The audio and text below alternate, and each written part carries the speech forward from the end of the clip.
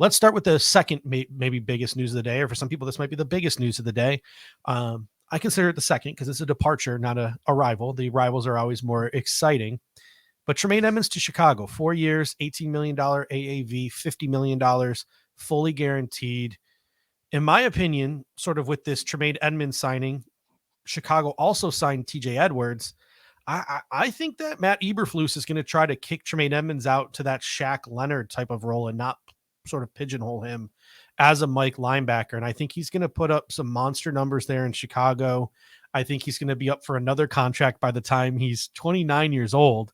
So this dude's going to be set if he puts up some decent numbers in Chicago. But what are your thoughts on this Tremaine Edmunds deal?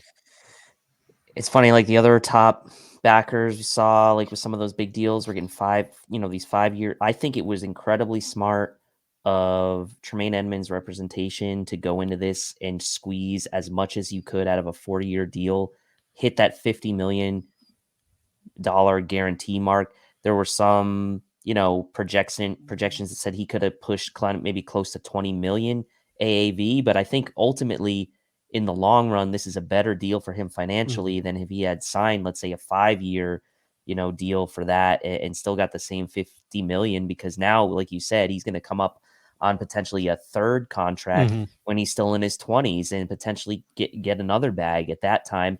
And in Matt Eberflus's scheme there, like you mentioned, like he's going to have the ability to put up some really good statistics, some good box score stats, but also make an impact for that Chicago team, who has really, in my mind, been one of the winners of the offseason in the last week with the trade of the number 1 pick to Carolina. Huge King's ransom they received for that pick, and now getting these free agents in to bolster the defensive side of the ball. It seems like the Chicago Bears are really making some nice moves here. And for Tremaine Edmunds, a good fit for him, it appears, and a chance for him to get another a third payday at the end of this. So I wish him nothing but the best. I don't think the Bills were going to come close to the 18 million number. I think if maybe it was in that 14 to 15 range, you could have seen the Bills make a play for that. But it is nice at least that he's going to the NFC and to a team that really is kind of like no nexus to the Bills at this stage. So that's kind of nice. So good for Tremaine. Yeah. I'm happy for him. And by the way, Tremaine haters, right, are maybe now going to kind of see what life is like without him, and we'll see how they fill that role. And I know you have some thoughts on that. Yeah, and not only that too, but like as I mentioned before, I sort of kicked it to you. I think they're going to use Tremaine Edmunds differently. Like TJ Edwards and Tremaine Edmunds, those are two sort of Mikes. So that sort of makes me think that they might move Tremaine Edmunds out to that Shaquille Leonard role and like sort of let him loose a little bit. And Matt Eberflus has had some success with Shaq Leonard. So, Pete Nana comes in and says, I just want to know what kind of money was discussed last year between Edmunds, Camp, and Bean. I wouldn't be surprised if it was right around the lines of the AAV they offered Matt Milano for the last 2 years of his extension, $14-15 million. That's probably what the Buffalo Bills offered last year, hoping that Tremaine Edmunds would take it. That was probably the Buffalo Bills thinking they were being generous.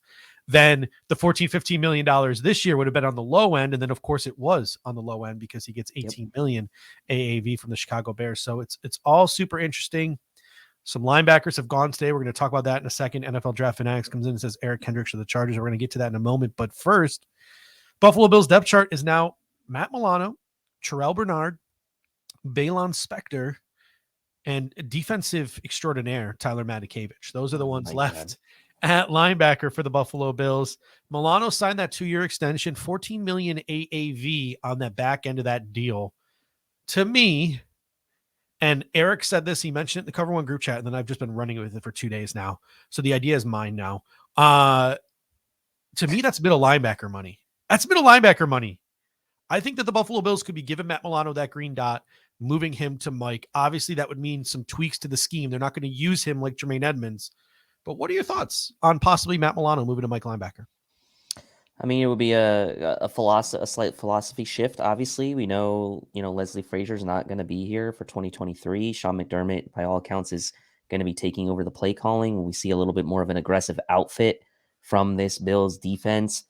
And will that correlate to a move potentially of Matt Milano to the Mike backer and kind of putting Terrell Bernard in that old Matt Milano role, where we know Matt Milano had shown flashes of rushing the passer from that will spot, and Terrell Bernard, that's one of his biggest strengths coming out of the draft with his ability to rush the passer from that linebacking spot. So, big question marks and eyebrows raised of the selection last year. Maybe the Bills with some foresight thinking like they really had a less than 50% chance of bringing back a guy like Tremaine Edmunds and thought that this is maybe their future plan. However, it is a tall order, right? Because then you go into this season with very, very, I'll call it small or undersized linebackers compared to kind of the rest of the league, and how that's going to play out when you are expecting that defensive line to really dominate in front of you. And we saw that defensive line struggle down the stretch without Von Miller last year, obviously being the big catalyst for the entire performance of the defensive line. It does make you feel like there's a little bit of a lack of size and beef now with this unit. So speed wise and football IQ wise and the ability to do it, I have no question that Matt Milano could do it. The question is how effective it will be, especially against defending the run. So that's my main point. Yeah. Randy says, why would you move an all-pro to a new position and create two holes? Number one, because you feel like you can't adequately fill the middle linebacker hole without utilizing extremely high capital, like a first-round pick in a guy like Jack Campbell, or without spending an exorbitant amount of money in free agency. Maybe you truly believe that Matt Milano can make that schematic shift to all-pro. He can handle the green dot. He's familiar with our defense. He's had our defense in years. Not to mention, we drafted a guy in the third round last year that everyone complains doesn't play. Well, Terrell Bernard is sure as heck not a middle linebacker. So now this opens up not a hole on our defense, but a spot for Terrell Bernard to fall into. So you could now, people were complaining, well, Terrell Bernard, we drafted him, he doesn't play. Well, here's an opportunity now if you kick Matt Milano. He says it was rhetorical. So some people might actually, that was actually a solid point, Randy, that I was just trying to combat, because, people could say that, but Terrell Bernard, people were like, this was my biggest frustration is I've never once ripped Terrell Bernard, the player. I've always loved Terrell Bernard, the player. I've ripped Terrell Bernard, the pick, because it's like, why he's not going to see the field. So I'm pretty all in on this Milano to middle linebacker. So now Terrell Bernard gets on the field. We can use a middle round pick or bring back a guy like AJ Klein, or we're going to talk about the musical chairs at inside linebacker. Drew Tranquil is currently sitting with his pants down and doesn't have a home. So you could probably get a guy like Drew Tranquil for a discount, right?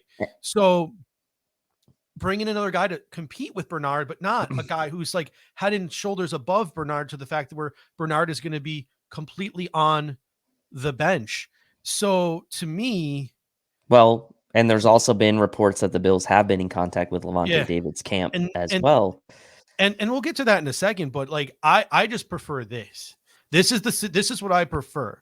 Like, as a fan, I have no problem if they go out and sign Lavonte David, but as sort of like a guy who's like really intrigued by roster construction and constructing a roster and building not just for the now, but for the future, I really would like to see Terrell Bernard get a legitimate shot to start a weak side linebacker for the Buffalo Bills this year. Justin Walker mentioned Ivan Pace earlier. Use a middle round pick on a guy like Ivan Pace.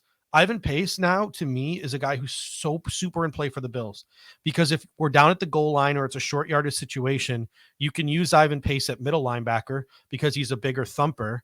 And on first and second down, when you have your two smaller linebackers out there, guys like Milano and Bernard, Ivan Pace can be used as a pass rusher. Like, he could literally put his hand in the ground and be used as a pass rusher. So I feel like he's a guy who you could utilize all over your defense, and there's guys you could play with. So whether it's AJ Klein or Drew Tranquil or a middle round draft pick, I would rather see someone like that come in to compete with Bernard and give Bernard a legitimate shot. I'm excited about maybe Matt Milano transitioning to middle linebacker because I think he could be better than anyone we sign. But at the same time, like, Lavonte David is Lavonte David. So let's take a look at what's left on the free agent market. Desmond Talbot of Draft Diamonds is reporting the Bills have, finger quotes, reached out to Lavonte David. That could literally mean anything. That's a very vague statement. And as we learned last year, the Buffalo Bills are literally in on everyone. That doesn't necessarily denote how serious they are about a player. From a fan perspective, a guy like Lavonte David would be fun. A lot of people in the fan base would probably consider him an upgrade from Tremaine Edmunds. But you also have guys like Bobby Wagner out there. You also have Drew Tranquil out there. Those are some of the bigger names that remain. There's obviously Kaiser White as well. You have that guy from San Francisco, that weak side linebacker, Rashad from San Francisco as well. So what are your thoughts on if the Buffalo Bills are looking to traditionally fill this inside linebacker role and replace Tremaine Edmunds, where they should go. Well, I think at this point now it's interesting seeing like Tremaine Edmunds obviously got his bag, and the linebacker market has been strange, I would say today. You see guys like TJ Edwards and Jermaine Pratt getting lower contracts than at least I thought they would get from an AAV standpoint, but then you see a guy like Alex the Detroit Lions get a really nice payday, and you wonder like, what is this market really doing? Is it like that teams really don't have a good sense of what these guys' value is, but below like the top guy like Edmonds? But then you see a guy like Jermaine Pratt who's in his prime, really, maybe getting less than people thought. And I think when we saw that Jermaine Pratt news, there was like this sort of all of a sudden renewed optimism that the Bills could maybe get Tremaine Edmunds back. And then that obviously went away. So for me, if I'm Brandon Beane now, I'm kind of like letting this linebacker market simmer a bit. Like I'm keeping these guys, like their numbers close, and I'm keeping close contact with their agents, but I'm not necessarily rushing to throw a ton of money at some of these guys like Levante David or Bobby Wagner, because I think that the market's weird right now. And so maybe guys like Bobby Wagner and Levante David become unavailable, and Beane's not willing to go sort of aggressively at them. But maybe that leaves a guy like Drew Tranquil sitting without a home, and you end up getting him for far fewer dollars at a real bargain than you would have if you kind of had jumped the gun early. So if it's me and I'm kind of comfortable, like accepting the fact that maybe I'm okay with Milano and Bernard as it stands right now, I'm kind of letting this linebacker market simmer for a bit and kind of seeing how it plays out the next couple of days. Because here's the thing, like if you go after Levante David, that's probably my guesstimation is going to be somewhere between 7 and 10 mil, right? AAV. Yep. And you could use that 7 to 10 mil AAV to go maybe get yourself back in the Jordan Poyer sweepstakes. We're going to talk about that in a minute. A lot of Jordan Poyer suitors are going elsewhere at the safety position. There's Julian Love. There's Chauncey Gardner-Johnson, right? Not a single wide receiver was signed today. A guy like Jacoby Myers could come down into there are other places you could spend that money. Not to mention someone just comes in and says, the only answer is Jack Campbell. I love Jack Campbell.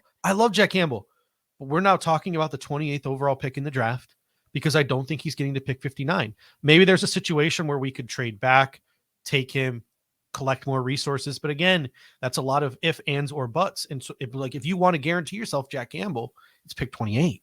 So the Buffalo Bills are, sort of in this situation here, and it's kind of foggy, and it's as a fan, it's kind of scary. And I think even for Brandon Beane, it might be kind of scary, the situation we find ourselves in.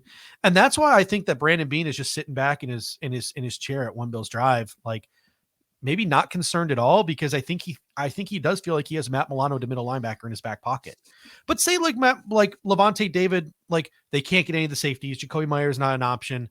Levante David is still around a week later. Maybe they can circle back to him and get him for $6 million, $7 million. And then maybe, they move Matt Milano back to strong side linebacker. So it's a very confusing, thing. It's very convoluted, but I'm kind of excited just sort of to see maybe what, like some of the tricks the Buffalo Bills would have up their sleeves if they decided to move Matt Milano to inside linebacker. But sometimes change for change's sake isn't exactly the best thing in the world. So be careful what you wish for.